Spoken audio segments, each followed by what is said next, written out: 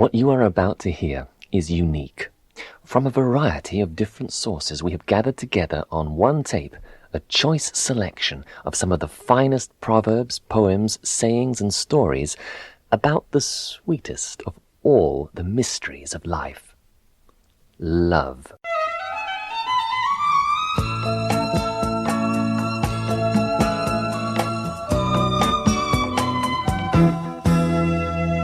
Something great has happened to me. Darkness has ceased. The storm has passed, and at last I have peace. I simply called out of the rain, hoping to feel the warm sunshine again. Now gray skies are gone, they're bright and blue. It can happen to you.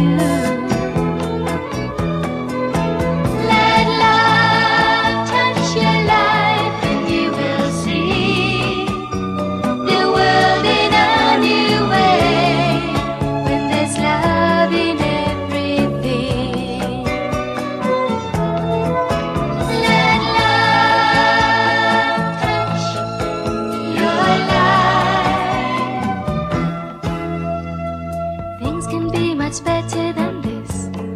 Open your eyes, take a look, and you will realize He's always been there, waiting to share all of the love that you once fantasized. And if you believe, then you will see that it's real.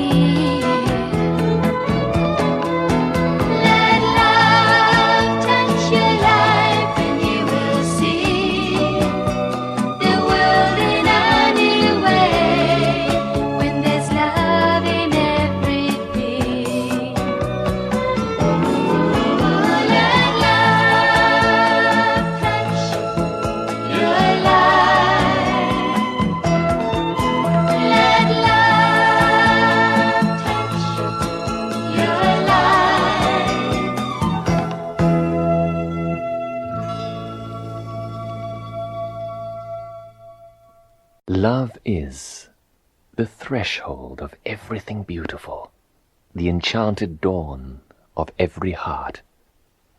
Love is richness beyond measure, a wonder beyond imagination, a beauty far beyond what we can see. There is no difficulty that enough love will not conquer, no disease that enough love will not heal, no door that enough love will not open, no gulf that enough love will not bridge, no wall that enough love will not throw down, no sin that enough love will not redeem. It makes no difference how deeply seated the trouble, how hopeless the outlook, how muddled the tangle, how great the mistake. Sufficient love will dissolve it all.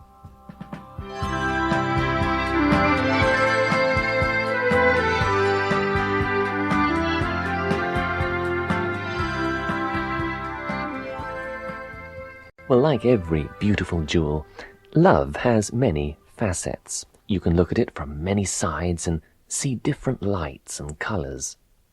One of the beautiful magical facets of that many splendid thing called love is romance between lovers.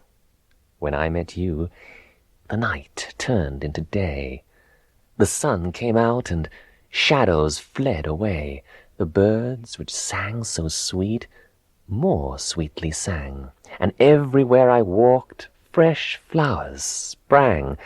The world seemed lovelier, kinder too, and life became more rich when I met you.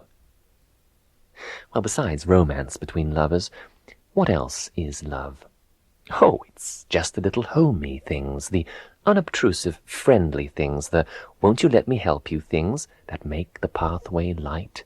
And it's just the jolly joking things, the laugh with me, it's funny things, the never mind the trouble things that make our world seem bright.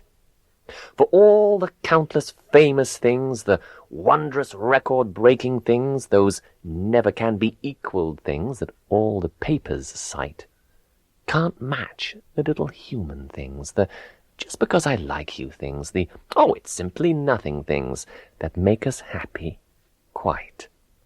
So here's to all the little things, the everyday encountered things, the smile and face your trouble things, trust God to put it right, the done and then forgotten things, the can't you see I love you things, the hearty I am with you things that make life worth the fight.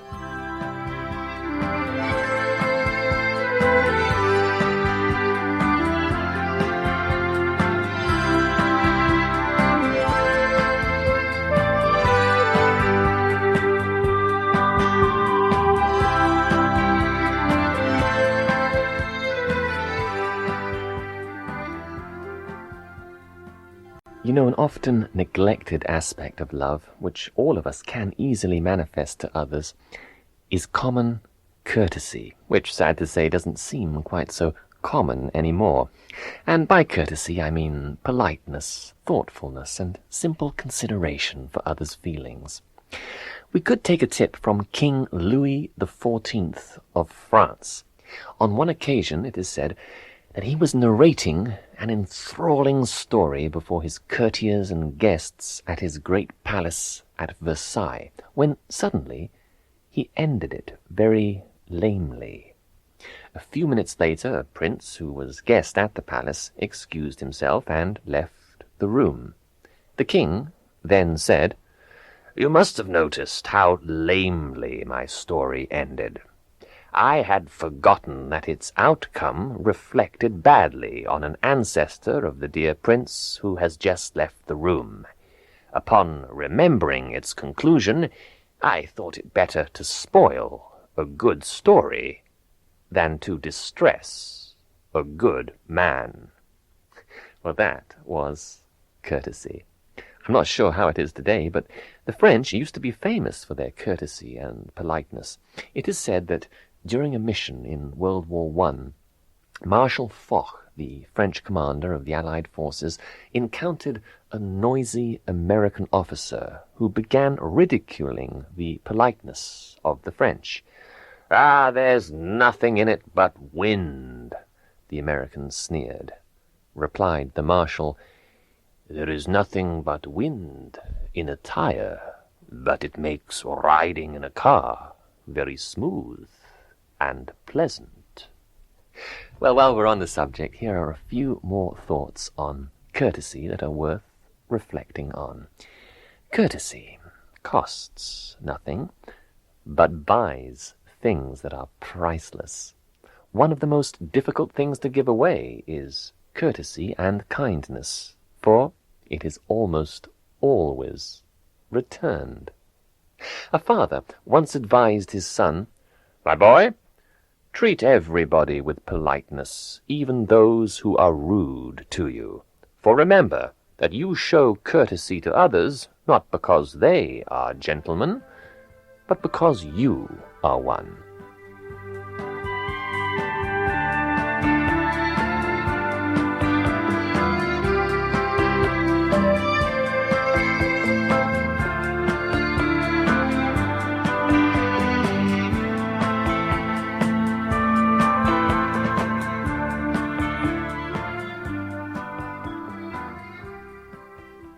Forgiveness. That's another facet of love.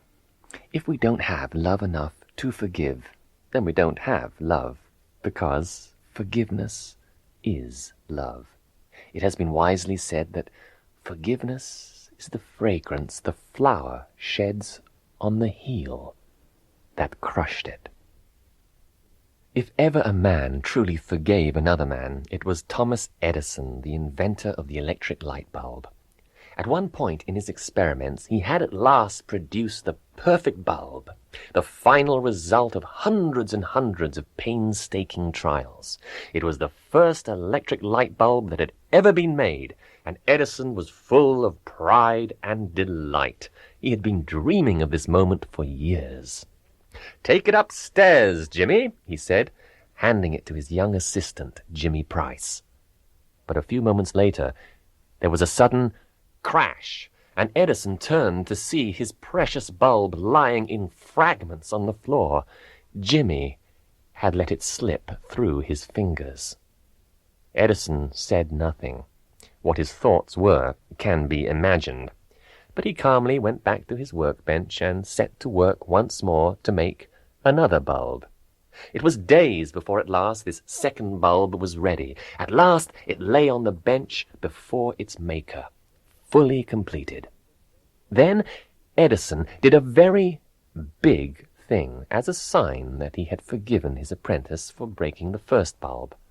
With a smile and a twinkle in his eye, he handed the new bulb to Jimmy. "Careful now, Jimmy," he said. He was giving the boy another chance. Jimmy did not break that bulb, and so we have them in their millions in the world today. Well, let's think a little bit more about forgiveness, shall we? You know, a wise man once said, "He that cannot forgive others breaks the bridge over which he himself must pass." For all of us have need to be forgiven.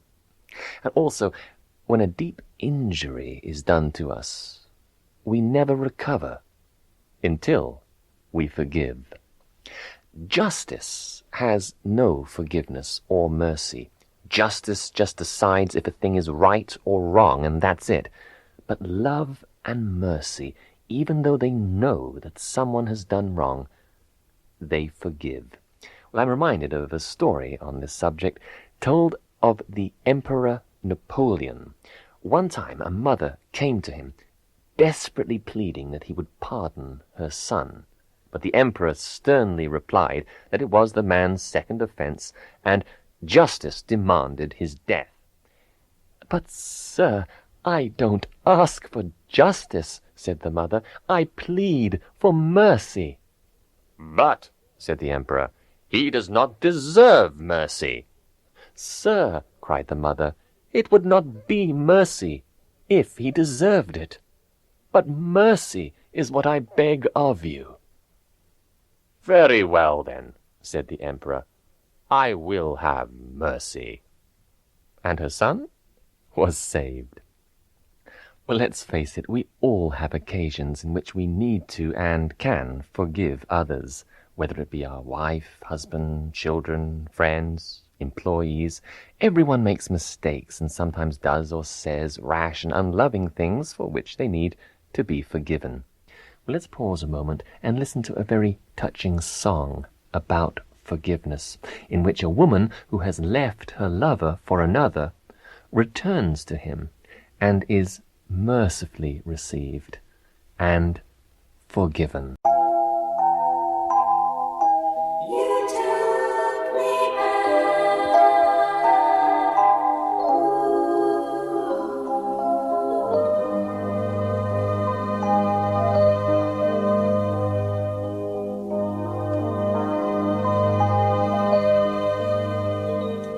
I know it must have hurt that day you came home and found that I had gone. I didn't think the love we had could carry on. So I walked on out the door in search of something more.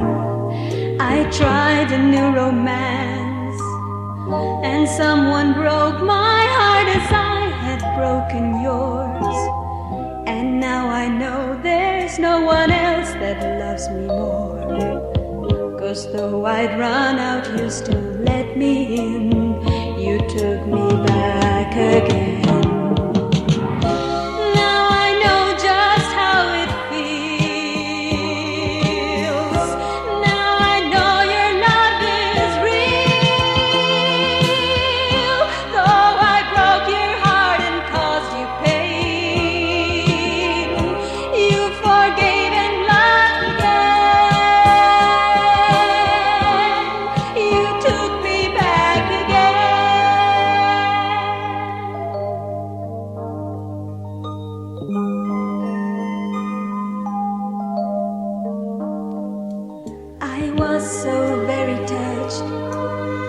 to see you happy, I was coming home again.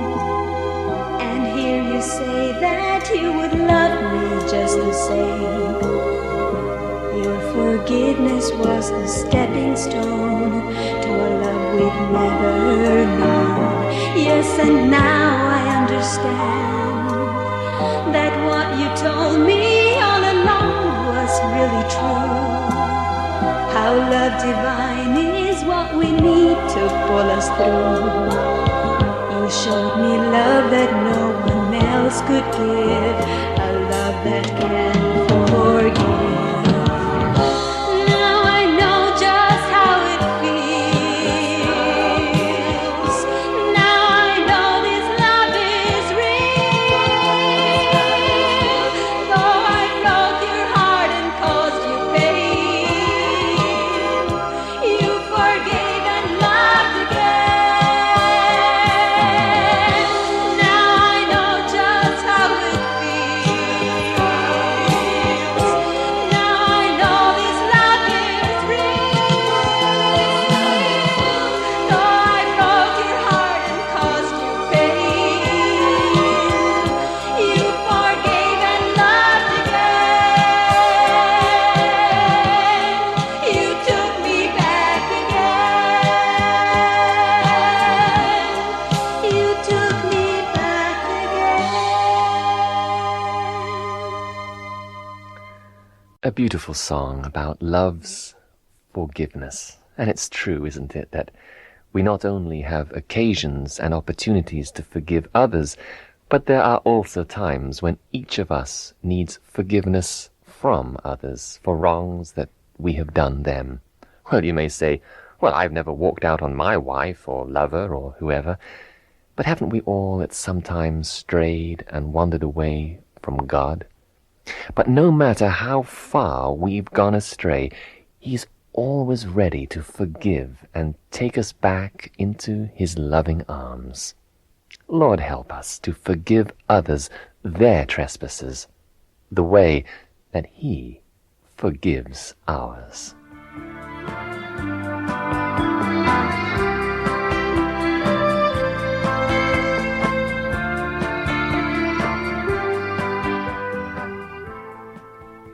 Here's a little poem that's worth reflecting on. One little unshed raindrop may think itself too small, yet somewhere a thirsty flower awaits its fall. One little word, unspoken, may seem too small to say, but somewhere for that one word a heart may pray. It's true, isn't it, that unfortunately most of us fail all too often to express words of love, appreciation, and comfort to those around us. But if one were given 5 minutes warning before sudden death, 5 minutes to say what it had all meant to us, every telephone would be occupied by people trying to call up other people to stammer that they loved them. If you love someone, tell them so. If you're thankful for something, say so. Maybe at that very moment that person is yearning for some kind word of love and encouragement. A telephone operator, known by her callers as Central, was tired and her head ached. She had just succeeded after repeated efforts in finally putting a woman caller through to the number that she had eagerly requested, and now the same woman was calling again. Can't that woman be quiet a minute, she thought to herself, while she repeated, "Number, please," trying not to speak crossly. "Central," said a pleasant voice. "I want to thank you for going to so much trouble to get me that last number. You are always so kind and obliging, and I want you to know that I really do appreciate it." The surprise was so great, so overwhelming, that Central could only murmur confusedly, Oh, yes, ma'am." Nothing like this had ever happened before. Suddenly her headache was better. Suddenly the day was brighter. Suddenly, too, there came a lump in her throat, and she reached for her handkerchief. Oh, it felt so good to be thanked. A touching story, and so true. Doesn't it feel so good when someone encourages you with a few sincere words of love and praise and appreciation? Each time we meet, from you I hear some word of praise, a bit of cheer. You see some hidden, struggling trait, encourage it and make it great. Tight-fisted little buds of good bloom large because you said they would. A glad, mad music in me sings. My soul sprouts tiny flaming wings. My day takes on a brand new zest. Your gift of praising brings my best, revives my spirit, flings it high. For God loves praise, and so do I.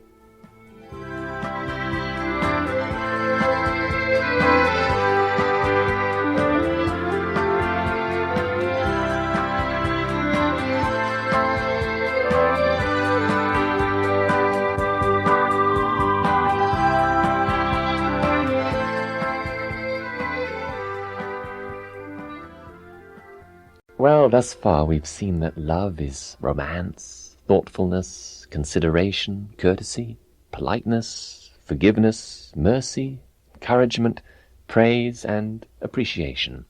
But that's not all. Listen to this beautiful little meditation about the many other facets of love. Love is believing, trusting, helping, sharing, confiding, understanding, caring, feeling, touching, giving, praying. Love is communication. Love is an emotion. Love is passionate, alive, vibrant, and warm. Love is something that gets better all the time. Love is the greatest need of man, so love is the greatest service to man. Love is spiritual, but is manifested in the physical. Love is seen as it is put into action. Love is always. It knows no hours or days. Love is always finding a way. Love is giving all. Love is rare, the unselfish kind. Love is priceless.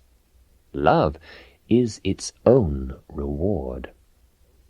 Love is not hurting anybody. Love is choosing to suffer and hurt yourself so that you can help someone else. Love is courage. Love is total sacrifice. Love is never lost. It always has its effect sooner or later. Love is forever. Love is the name of God. Love is the power of God. Love is God. For God is love.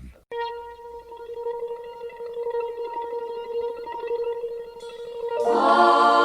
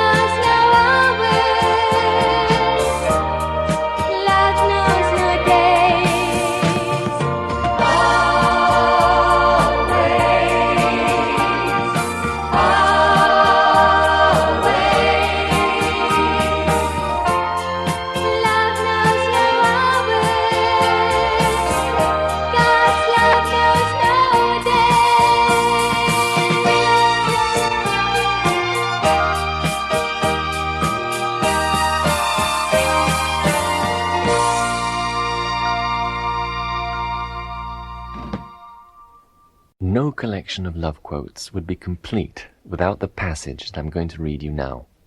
It was written almost 2,000 years ago by St. Paul, the leader of the early Christian church, to his followers in the Greek city of Corinth.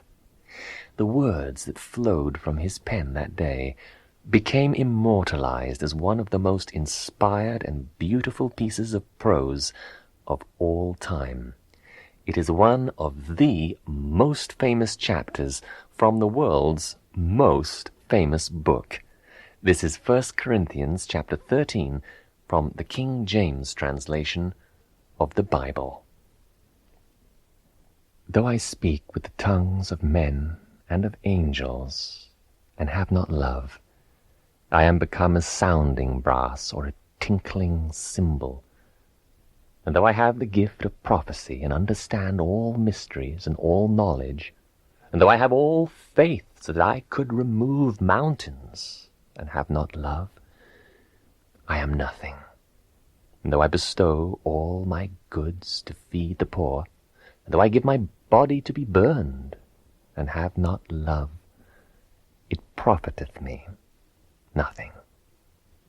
Love suffereth long and is kind. Love envieth not. Love vaunteth not itself, is not puffed up, doth not behave itself unseemly, seeketh not her own, is not easily provoked, thinketh no evil, rejoiceth not in iniquity, but rejoiceth in the truth, beareth all things, believeth all things, hopeth all things, endureth all things. Love never fails. But whether there be prophecies, they shall fail. Whether there be tongues, they shall cease. Whether there be knowledge, it shall vanish away. For we know in part, and we prophesy in part. But when that which is perfect is come, then that which is in part shall be done away. When I was a child, I spake as a child, I understood as a child, I thought as a child. But when I became a man, I put away childish things.